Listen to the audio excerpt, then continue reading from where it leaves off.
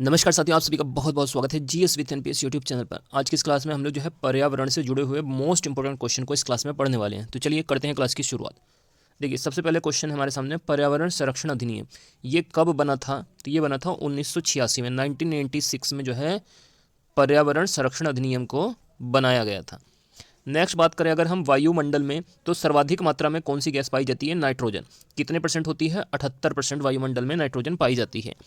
दूसरे नंबर पर पाई जाने वाली गैस है ऑक्सीजन, जिसकी मात्रा है 21%। तीसरी सर्वाधिक कौन सी गैस मिलती है वायुमंडल में? Carbon dioxide 0.03%। और आर्गन का प्रतिशत है वायुमंडल में 0.93%। ये चारों गैसों के आपके नाम याद जो है रखने हैं। नेक्स्ट बात करें, वह अक्रिय गैस जो वायुमंडल में अनुपस्थित है। ऐसी कौन सी अक्रिय गैस है जो वायुमंडल के अंदर अनुपस्थित है? तो इस गैस का नाम है रेडोन गैस। कौन सी? Radon gas. अक्रिय गैसें क्या होती हैं? जो हमारी जो पीरियोडिक टेबल है आवर्त सारणी, उसमें जो शून्य वर्ग के अंदर जो गैसें रखी गई हैं, वो सभी गैसें जो है शून्य वर्ग, या इसको हम 18वां वर्ग भी कहते हैं, इसमें ये गैसें रखी गई हैं, जिसमें मुख्य रूप से helium, neon, argon, krypton, xenon और रेडोन गैसें आती हैं। नेक्स्ट अगला प्रश्न है, विश्व मौसम विज्ञान संगठन का मुख्यालय कहाँ पर है? इसका हेडक्वार्टर कहाँ पर स्थित है? तो जो विश्व मौसम विज्ञान संगठन है, इसका मुख्यालय है जिनेवा, स्विट्जरलैंड के अंदर। तो ये आपको भी याद होना चाहिए। चलिए आगे इसमें देखते हैं कुछ और इंपॉर्टेंट क्वेश्चन। देखिए, अगर हमसे पूछा जाए कि बताइए यूएनईपी का मुख्यालय कहाँ पर है, तो इसका मुख्यालय है नैरोबी, कीनिया में। ये यूएनईपी क्या है? तो देखिए, ये है यूनाइटेड नेशन इन्वायरमेंट प्रोग्राम, संयुक्त राष्ट्र पर्यावरण कार्यक्रम।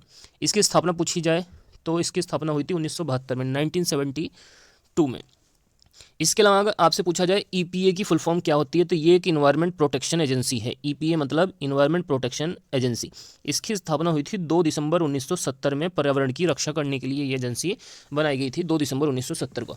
इसी प्रकार एनईए का पूरा नाम होता है national environment authority. National environment authority. विश्व पर्यावरण दिवस हम लोग कब मनाते हैं? 5 जून को मनाते हैं। नेक्स्ट, ग्रीन पीस इंटरनेशनल का हेडक्वार्टर कहाँ पर है? तो ये एम्स्टर्डम शहर में है ग्रीन पीस इंटरनेशनल का मुख्यालय। नेक्स्ट, इको मार्क किन वस्तुओं को दिया जाता है? तो ये जो पर्यावरण के प्रति अनुकूल उत्पाद होते हैं, उनके लिए कौन सा जो है स्टैंडर्ड फिक्स किया गया है? Eco mark. इसी प्रकार अगर बात करें अगले प्रश्न की, तो एनजीटी की स्थापना कब हुई थी? 18 अक्टूबर 2010 में। एनजीटी का मतलब होता है नेशनल ग्रीन ट्रिब्यूनल, राष्ट्रीय हरित न्यायाधिकरण। राष्ट्रीय हरित न्यायाधिकरण, नेशनल ग्रीन ट्रिब्यूनल की स्थापना हुई थी 18 अक्टूबर 2010 में। इसके अलावा हरित विकास पुस्तक को किसने लिखा है अगर पूछा जाए, तो WS एडम्स ने इस बुक को लिखा है। पारिस्थितिकी तंत्र इकोसिस्टम की खोज किसने की थी? तो AG टांसले ने 1935 में जो है पारिस्थितिकी तंत्र की खोज की थी। टांसले नाम आपको याद रखना है। इसके अलावा घास स्थलीय पारिस्थितिकी तंत्र, अगर आपसे पूछा जाए कि इसमें कौन कौन सी चीज़ें शामिल होती हैं घास स्थलीय पारिस्थितिकी, तो देखिए इसमें घास, टिड्डा, मेंढक और सर्प इसमें शामिल है। घास को कौन खाता है? टिड्डा। टिड्डे को कौन खाता है? मेंढक। और मेंढक को कौन खाता है? सांप। घास क्या हो जाएगा? उत्पादक कहलाएगा ये। टिड्डा क्या होगा? ये होगा प्राथमिक उपभोक्ता। मेंढक क्या कहलाएगा? ये द्वितीयक उपभोक्ता। और सर्प क्या होगा? ये तृतीयक उपभोक्ता। ये बात आपको याद रखनी है कि जो उत्पादक को खाते हैं वो प्राथमिक उत्पादक, और जो प्राथमिक उत्पादक को खाता है वो होता है द्वितीयक उपभोक्ता। तो यहाँ से भी आपको कुछ क्वेश्चन हो सकता है देखने के लिए मिल जाए।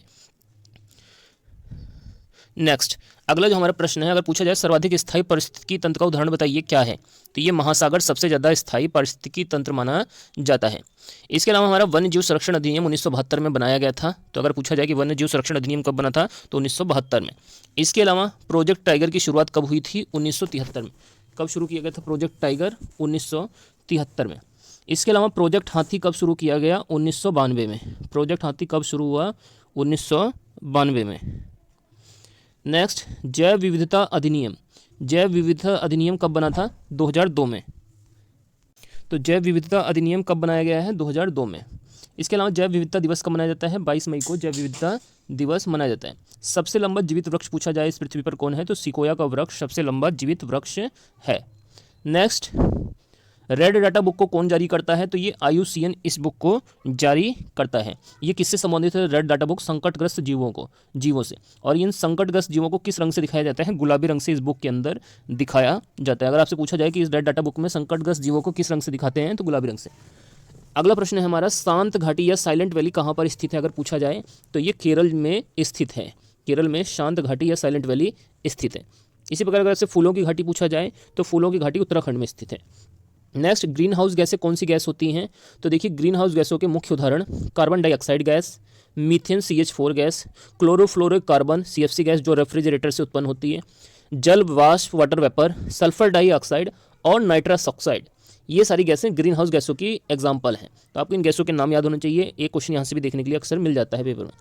इसके अलावा अगर आपसे पूछा जाए कार्बन निगेटिव देश दुनिया का कौन सा है, तो ये देश है भूटान। भूटान को कार्बन निगेटिव देश कहा जाता है।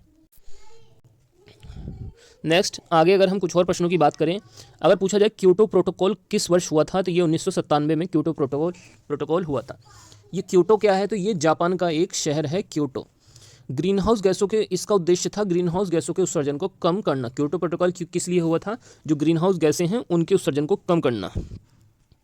नेक्स्ट, अगर आपसे पूछा जाए मॉन्ट्रियल प्रोटोकॉल किस वर्ष हुआ था, तो ये हुआ था 1987 में।